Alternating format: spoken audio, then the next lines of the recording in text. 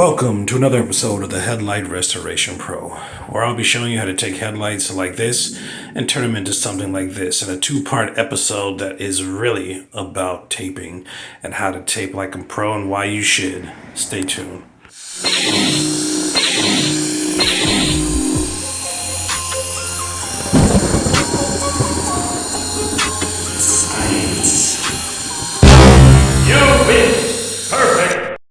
How to tape off headlights like a pro. Let's get down to business. Like I mentioned in the precursor of this video here is one of two videos, a two-part video series. This particular one has everything to do about tape. So does the other one, but the other one will show you the actual finished product or the actual steps and work done to make this light into the extraordinary example at the end, or the finished product, shall I say, from front to beginning, and a couple little other things about tape as well on that one. Pretty much, basically, this comes up because I had a lot of questions about taping, and I also have a lot of people emailing me their finished products and their steps before and afters, and everything's pretty good. Most of these guys are they're using this method and they are winning, they're excelling, they're showing people this, they're getting business, they're getting all kind of things going on because they're using this method, which is a cut above the rest. Let me tell you, as a pro, somebody to be a true professional at something, you really, whether you're a baseball player, whether you're a whatever you are, you have to, actor, whatever, you have to step outside of yourself and don't just be modest to yourself, or don't be big-headed to yourself, and, look at your competition, look around and place yourself. You always got to do that. You always got to know yourself. This is a pretty legit process, and these guys are killing it with it. But anyways, one thing I do notice is people are not excelling with the tape. Okay, they're not using, even if you're not trying to use expensive 3M tape, you got to use auto finish tape. Why? Because you have a hazard of pulling off clear coat on a weakened part of the vehicle. Weakened because it's always getting hit. You know what I'm saying? It's always getting sandblasted. It's always getting pressure pushed on it when you're driving fast or doing anything. You're going forward motion. This is where lights are. You can easily, with too strong of tape, rip off clear coat. I've done it before. I'm trying to save you guys the trouble because, you're going to have to repair it. I do that, so it's no big deal. But if somebody's tripping and you don't know how to do it, guess what? You're going to be paying for it one way or another. But anyways, you see how I am starting at one area here, and then I'm starting and I'm going this way, and I'm taking out pieces of tape, not too long, because if you go too long, you won't be able to, get it on there correctly. It bunches up. So I'll do a little bit of pieces, and I scissor it or floss it in between the light, if possible, which most lights are, in between the light and in between, where the light meets the bumper. Okay, the objective here is to cover all paint and protect all paint. And you see how I'm doing overlapping pieces, and I'm doing multiple layers of pieces. I'm not just doing one layer. The lazy taper is going to be paying a lot of stuff. He's going to be paying for a lot of people's cars, a lot of people damage. They'll bring it to a person like me, or they'll bring it to a body shop, and they'll give them quotes, and you're going to pay for it, or you're going to be out of business. Okay, or you're going to be getting sued, or you're going to be doing something. Okay, they're going to give you bad reviews. You're not going to have, good reviews, which is king. Which is why safety first, not just for yourself and your health, but your customers or whoever's car, your personal car, your mother's car, your brother's car, your girlfriend's car, whatever. You don't want to mess up somebody's property. These things are expensive machines, okay? And to have somebody paint around that light or do touch up or whatever to do it where it's unnoticeable, most headlight restorers aren't going to know it. And here's the thing, you don't ever have to know it. I know how to do it. You don't ever have to know how to do it if you tape off properly. You see this here? This is, in a sense, I kind of, I say tape off. That's not the terminology I use too often. I say cast off, because what I'm doing here is, a cast, when somebody breaks their arm, how a cast is made. It's like layers of this stuff, this tape type stuff or gauze wrapped, dipped in this solution, and then they layers upon layers and they make you a cast around your arm, and it dries and blah blah blah blah blah and all that stuff like that. All right, so I'm kind of casting off with multiple layers, and it creates a shell around the headlight. So one layer of tape is good for like a hit or two, with the power drill. And you got to keep in mind too, you're using power drills with this method. If you are not using power drills, it's a good thing to do this anyways. Okay, if you're using by hand, you gotta tape it off properly. Anything can happen. Dog can run up, scare you, and you one hand slip. You can, fly get in your, in your eye or something, and you push too hard to slip and go past, the 1 inch or the 1 inch that the tape is, and you scratch somebody's, paint pretty deep or pretty bad. What are you gonna do? You know how expensive that is? It's pretty expensive. I do it. I know how to do it, and I provide it, and it's expensive. Okay, so, they're gonna have to pay for somebody to come out and do it, or they're gonna have to drive it somewhere, and it's just all kind of factors that you don't want to deal with, and you're gonna leave there, given a free headlight restoration, which will be part of your payment to them, and, actually owe them to pay for the damages.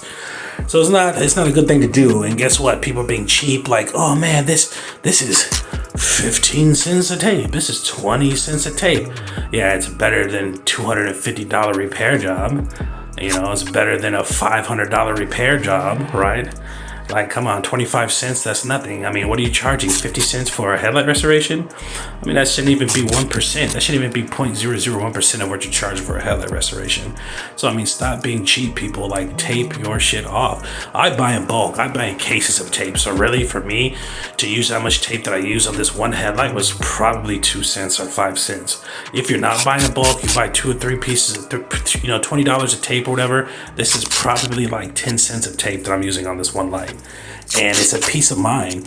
Not only do you have like this, you can be comfortable to know that when I make a mistake and hit this area, which happens all the time, I'm a professional. You see how many headlights I've done just on this channel, let alone the hundreds and hundreds that you haven't seen before I even started, or the dozens every week, or whatever it is that I don't show, because I don't film all of my headlight restorations. Sometimes I need to knock them out, or I have stuff to do, I need to rush, or it's the bad lighting, or whatever it is. I try to make quality stuff. So I don't film each single one. I might film 1 or 2 a week. I might film 2 out of 10. You know what I'm saying? So I don't do every one. But it's so beneficial to have a proper tape off, a proper cast off. Now, with the proper tape off from this area here, about 2 inches outside of the light, at least 1 inch, you want to have those multiple layers of tape, minimum of 3, okay? Minimum of 3 always, from here to there, from here to there, from here down to here, away from the light. After those 1 inches or 2 inch away from the light, after that, you want to do a minimum of, anywhere from, 3 inches from that. So total from the light, the secondary 1 layer all the way around, you want to do like 5 inches away from the light, the minimum of 4 inches away from the light, something like that. You want it to be really in depth. I say a minimum of 3 overall, but what I do is really about a 5, in some places 6, because I know what places are going to be tending to slip, or your drill is going to want to push itself down further, which is on those edges or those turn spots where you see it's a little bit deeper. That's just in case you slip one time or something, which happens all the time, even for a professional like myself, especially using power drills. See, let me show you here. You get to go in and boom, you slip. Look what happens. Oh, it hits the tape. Boom. Oh, it hits the tape. I had to learn the hard way, and I'm out there fixing people's paint, doing stuff like that, because I'm a restorer. I know how to do those things. But truth of the matter, most detailers, most business like that don't know how to fix scratches, don't know how to do scratch removal, don't know how to do paint repair and paint chip fix and stuff to make it where it doesn't look like nothing's ever happened. They can buff out some bullshit, but that's easy. I'm talking real deal scratches that will come from your sandpaper by hand or by machine, right? So it's so important to tape off, for that reason and another reason. If you're using the superior method of application with the clear coat, okay, check that out. That's one of my trusty dusty old credit cards or fake credit cards that you get in the mail for a credit card offer or whatever. But look how firm and sturdy this looks, like a cast. It looks bulletproof, doesn't it? Look how beautiful it is. When the customer's watching you, it gives them a peace of mind. They're not like, oh, look at this guy, it's like one piece of tape. They're not biting their nails, like, and double checking their shit. They see this and they're like, oh, I'm good. This fool fucking did what he's supposed to do, so I'm protected. Nothing's getting through all that shit, right? So you still gotta be careful and try not to hit it, because it will go through this anyways. If you have the right grits on, if you hit it for too long or too many times, you still gotta watch. But the other part, like I was saying, is if you're using the real application method, the highest level of application method, which is spraying, you have overspray, okay? And this was the finished product, just to give you guys a heads up. Like I said, there's a second part of this is up now. This is it. It's streaming now. Go check it out. And this is the other side here, taped off and finished. You see, all my stuff is pretty uniform. They always come out the same and even and, consistent. This is the other side. But this is part one of a 2 video series. Make sure to check out the other one. It'll show you how I got these lights in this condition. You see that reflection there, or you see that rainbow? That is UV lights bouncing and reflecting off of the light, just like a rainbow. When a rainbow happens in the sky, it's the UV light index, different UVs bouncing off of water vapor in the air, contacting your eye. Therefore, that's why you can see a rainbow. Okay, that's a scientific explanation of why you actually see a rainbow. It's just the UVs reflecting off of the water vapor in the air. That's why it typically happens when it rains. Okay, that's a scientific version. So this is pretty much the same exact thing that happens there. It's the UV coating reflecting those different layers or different degrees of UV light, which are all different colors. Each one is different colors, which together make the rainbow. Okay, that's Rainbows 101, but I just want to explain that. If you're not seeing that in your finished coating, it's not adequate. If you don't see that kind of stuff going on in your finished coating, it's not adequate. Mirrors and rainbows, okay? You don't see reflection yourself, like you can see right there. You can see my hand pulling out the tape there. Your shit is not adequate. It's just some see-through garbage that's not supposed to be on the headlights. Any headlight stuff is going to have those characteristics. Anything made for headlights is going to have those characteristics because it's needed. But that's another video. But as you see here, even though it takes, a couple minutes to tape, and I slowed it down to show you guys the proper way, and I go quicker than that and all that stuff like that, but I have to keep in mind that I'm filming. Okay, so I'm slowing down to show you guys, but see how easy it is to remove. Taping is, about maybe 40% of the whole headlight as far as time goes. And it's the most important one because you don't want to create work for yourself. You don't want to create a deficit. You don't want to come out and be like, let's just say, I'm going to give you a $200 headlight restoration or something, right? Just for instance, I'm not saying that's what I charge or anybody charges or whatever, but let's say I'm going to give you a $200 headlight restoration and I do all that shit and I didn't tape off properly and I fucking, I scratched that piece right there where I'm pulling off and it goes all the way down 3 inches. What do you think? You're going to be paying $500 to get it fixed. So you're giving them a free headlight restoration if they want you to finish. All right. And then you're going to have to pay for all that to get fixed. Because I know 99% of the people who are doing headlight restoration don't know how to fix that. 99% of detailers don't know how to fix that. And if you're one of them, good for you. I'm one of them. But I'm more of a restorer than a detailer. But then you get this nice little tape ball from each side. And it is nice. It's clean, easy to throw away. And once again, this is a Subaru BRZ. Pretty nice little sports car, pretty expensive, and they hold their values. That's also why I did such a fantabulous tape off job. And as you see there's no residue, there's no overspray, there's no nothing. And like I was saying, you wanted that 5-inch span from the light just for overspray. The tips on this, you know, these cans are only like a 2-inch spray, which means it's a 2-inch line that comes out of spray. Some other ones, you know, aren't designed for headlights. You're gonna need to tape off a little bit more, like this 2K clears, other things that aren't designed for headlights. Any kind of spray designed for headlights should be a very directional directional tip. It's more focused instead of just a blob of gas coming out.